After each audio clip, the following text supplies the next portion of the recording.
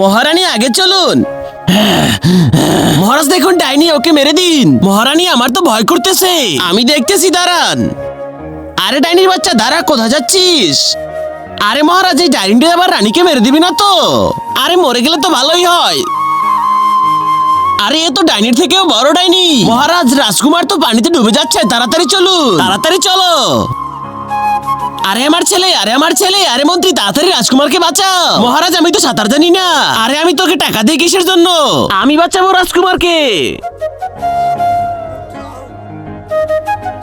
আমার ছেলে বেঁচে গেছে।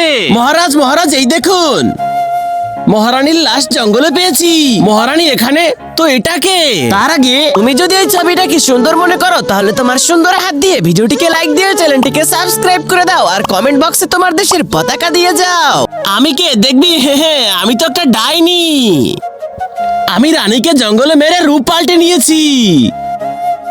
এখন আমি তোর ছেলেকে মেরে দিব।